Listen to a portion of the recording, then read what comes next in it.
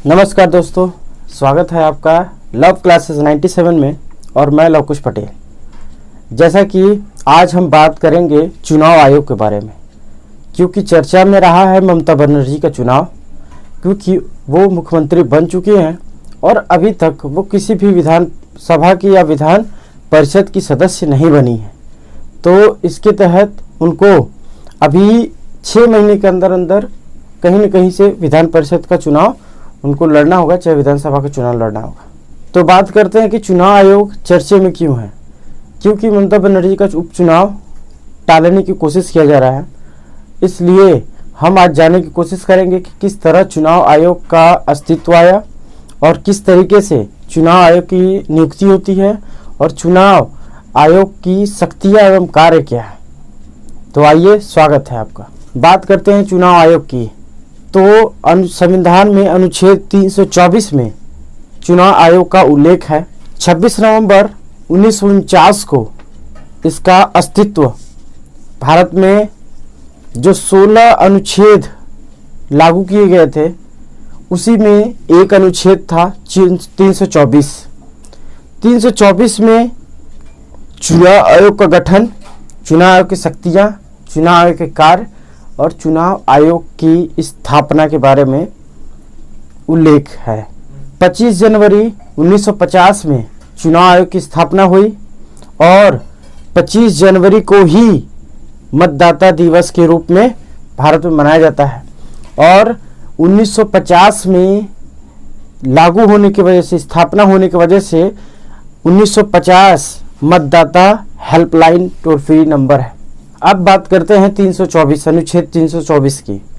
324 में उल्लेख है कि चुनाव आयोग में एक मुख्य चुनाव आयुक्त, जिसे हम चीफ इलेक्शन कमिश्नर कहते हैं, और तथा 2 निर्वाचन आयुक्त यानी इलेक्शन कमिश्नर के उल्लेख दिया हुआ है। और मैं आपको बता देना चाहता हूं कि इसमें उल्लेख है कि राष्ट्रपति चाहे तो चुनाव आयुक्त की संख्या में वृद्धि कर सकता है और राष्ट्रपति मंत्रिपरिषद की सलाह पर या मंत्रिपरिषद से परामर्श करने के पश्चात इनकी संख्या में वृद्धि कर सकता है। बात करते हैं दोस्तों, चुनाव आयोग प्रारंभ में, शुरुआत में एक सदस्यीय संस्था थी।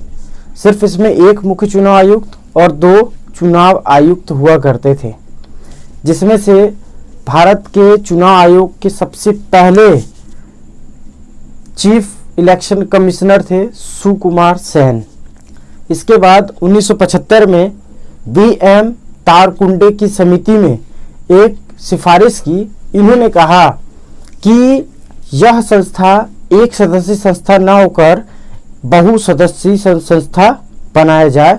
इन्होंने 1975 में जब अनुशंसा की तो चुनाव आयोग को एक बहुसदस्यीय संस्था बना दिया गया, जिसे न्यायालय ने बाद में रद्द कर दिया। अब बात करते हैं 1951 की।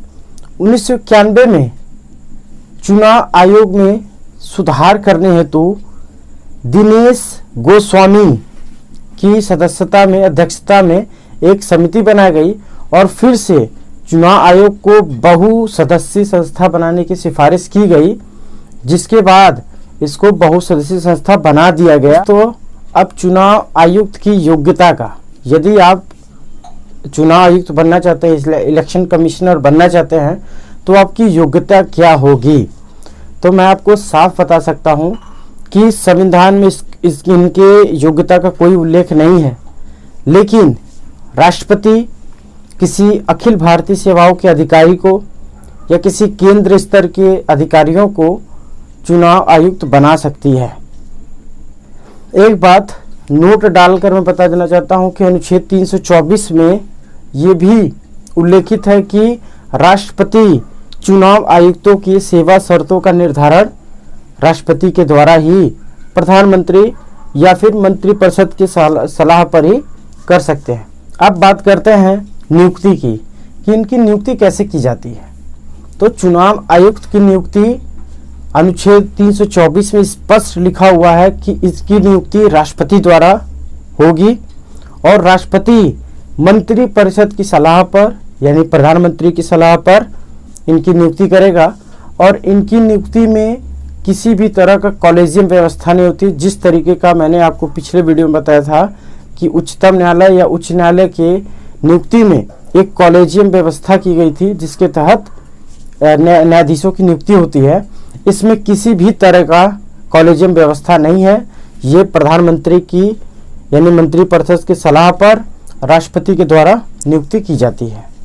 अब बात करते हैं शपथ एवं प्रतिज्ञान की।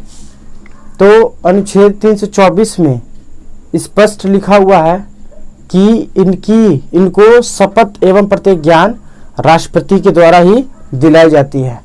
दोस्तों, अब बात करते हैं इनके कार्यकाल की। तो मैं बताना चाहता हूं कि संविधान में इनके कार्यकाल का कोई उल्लेख नहीं है, लेकिन 324 में ये स्पष्ट उल्लेखित किया गया है कि इनकी 6 वर्ष तक का कार्यकाल होगा या 65 वर्ष की आयु तक ये अपने सेवा पर रहेंगे, इनमें से जो पहले हो जाए। यहाँ मैं आपको एक फैक्ट बता देना चाहता हूँ कि हमारे प्रथम मुख्य चुनाव आयुक्त यानी फर्स्ट चीफ इलेक्शन कमिश्नर जो सुकुमार सेन थे, इन्होंने सर्वाधिक कार्यकाल 9 वर्षों तक अपना सेवा चुनाव आयोग में दिया। एक फैक्ट के रूप में मैं आपको ये बता देना चाहता हूँ कि वी.एस. रमा देवी जो कि पहली मुख्य चुनाव आयुक्त महिला थी, जिन्होंने चुनाव आयोग में चीफ इलेक्शन कमिश्नर का पद संभाला था, ये पहली महिला थी चुनाव आयोग में। जैसा कि दोस्तों अब बता देना चाहता हूं कि इनके पद से किस प्रकार हटाया जाता है, ये भी संविधान में उल्लेखित है। अनुच्छेद 324 में ये स्पष्ट उल्लेखित है कि चुनाव आयुक्त को हटाने के लिए वही आधार होगा जिस आधार पर सुप्रीम कोर्ट या उच्च न्यायालय के न्यायाधीशों को हटाया जाता है, यानी कि कदाचार तथा अक्षमता के आधार पर इन्हें हटाया जा सकता है। एक बात और यहाँ ऐड कर देना चाहता हूँ कि अनुच्छेद 324 में ये भी उल्लेखित है कि मुख्य चुनाव आयुक्त की सिफारिश पर चुनाव आयुक्त को उनके पद से राष्ट्रपति के द्वारा हटाया जा सकता है। दोस्तों, अब सबसे इम्पोर्टेंट बात चुनाव आयोग की हम करेंगे कि चुनाव आयोग के कार्य क्या है। जैसा कि आप सभी जानते हैं, चुनाव आयोग का मुख्य कार्य है चुनाव करवाना, लेकिन किस किस चुनाव में चुनाव आयोग अपना हस्तक्षेप करता है और किस चुनाव में नहीं करता है, इस पर हम बात करेंगे। पहले नंबर पर मैं बताना चाहूँगा कि इसका पहला मुख्य कार्य है चुनाव करवाना, यानी ये राष्ट्रपति और उपराष्ट्रपति का चुनाव करवाते हैं। ये लोकसभा तथा राज्यसभा के चुनाव करवाते हैं। ये विधानसभा के चुनाव करवाते हैं। यहाँ आपको एक नोट देकर बात बताना चाहूँगा कि ये पंचायत संस्थानों के चुनाव में इनका कोई हस्तक्षेप नहीं होता। हाँ, ये चुनाव पंचायत राज चुनाव में अधिसूचना जारी करते हैं। अगला कार्य मैं बताना चाहूँगा कि यह मतदाता सूची तैयार करने का भी कार्य करती है। यह चुनाव में किसी प्रकार की गड़बड़ी हो जाने पर उस चुनाव को रद्द कर सकती है। अगला कार्य, ये चुनाव परिणाम घोषित करती है। दोस्तों, आप सभी ने आचार संहिता के बारे में सुना होगा, मॉडल कोड ऑफ कंडक्ट। इन सभी से हर एक आदमी वाकिफ रहता है, लेकिन ये होता क्या है इसको अच्छी तरह जानते हैं। अगला जो कार्य है मुख्य चुनाव आयोग का, वो यही है, किसी भी क्षेत्र में मॉडल कोड ऑफ कंडक्ट लागू करना, यानी आचार संहिता लागू करना चुनाव आयोग का कार्य है। आपको बता दूं, इसका जो शुरुआत है वो 1971 से स्टार्ट हुआ। किसी भी चुनाव को निष्पक्ष करवाने, स्पष्ट रूप से पारदर्शी बनाने के लिए जो नियम बनाए जाते हैं, जो कार्यवाही की जाती है, इसी को आचार संहिता कहते हैं। आचार संहिता के उल्लंघन पर आपकी उम्मीदवारी खारिज की जा सकती है, आपकी चुनाव प्रचार पर रोक लगाए जा सकते हैं, और इसकी अवधि 30 दिन से लेकर 90 दिनों तक, यानी 1 महीने से लेकर 3 महीने तक आचार संहिता लगाया जा सकता है। एक बात भाई और बता देना चाहता हूं मैं आपको कि यदि किसी चुनाव में, यानी कि लोकसभा, राज्यसभा, राष्ट्रपति, उपराष्ट्रपति या विधान मंडल के चुनाव में यदि किसी प्रकार का विवाद उत्पन्न हो जाता है, किसी प्रकार के चुनाव में गड़बड़ी हो जाती है, तो इसकी जांच, इसकी सुनवाई उच्चतम न्यायालय करेगा। इसमें चुनाव आयोग की कोई भागीदारी नहीं होती है। चुनाव आयोग प्राथमिक रूप से जो है कि अपनी सुनवाई दे सकता है। दोस्तों, अगला चुनाव आयोग का कार्य बहुत ही इम्पोर्टेंट है। जैसा कि आप सभी जानते हैं कि जम्मू कश्मीर में 35A और 370 के कुछ अंश को खारिज कर दिया गया है, हटा दिया गया है, जिससे कि वह केंद्र शासित प्रदेश न होकर के, जिससे कि वह राज्य से केंद्र शासित प्रदेश हो गए हैं। और इसमें लगातार परिसीमन का कार्य चल रहा है। परिसीमन का तात्पर्य मैं ये बता सकता हूँ कि किसी भी राज्य में जो राज्य निर्वाचन क्षेत्र है उसका क्षेत्र निर्धारण करना ही परिसीमन का काम है। और ये जम्मू कश्मीर में अभी चल रहा है। और जैसे ही परिसीमन का कार्य खत्म होगा, वहाँ पे जो है कि विधान मंडल के चुनाव होंगे। तो मुख्य चुनाव आयोग यानी जो चुनाव आयोग है उसका मुख्य कार्य है परिसीमन करना, डिलिमिटेशन करना। अनुच्छेद 82 में यह स्पष्ट उल्लेखित है कि प्रत्येक 10 वर्षों में चुनाव आयोग यानी कि 10 वर्षों में जो जनगणना होगी उसके आधार पर राज्य में निर्वाचन क्षेत्र का आवंटन किया जाएगा। और मैं एक और बात बताना चाहता हूं कि अनुच्छेद 170 में यह भी उल्लेखित है कि प्रत्येक जनगणना के बाद राज्य में निर्वाचन क्षेत्र का निर्धारण करना चुनाव आयोग का कार्य होगा। यहाँ एक इम्पॉर्टेंट बात मैं और बताना चाहता हूँ कि अनुच्छेद 327 में ये स्पष्ट उल्लेखित है कि परिसीमन की कार्य बनाने की जिम्मेदारी या वहाँ की मतदाता सूची निर्वाचित क्षेत्र बनाने की जिम्मेदारी संसद की होगी।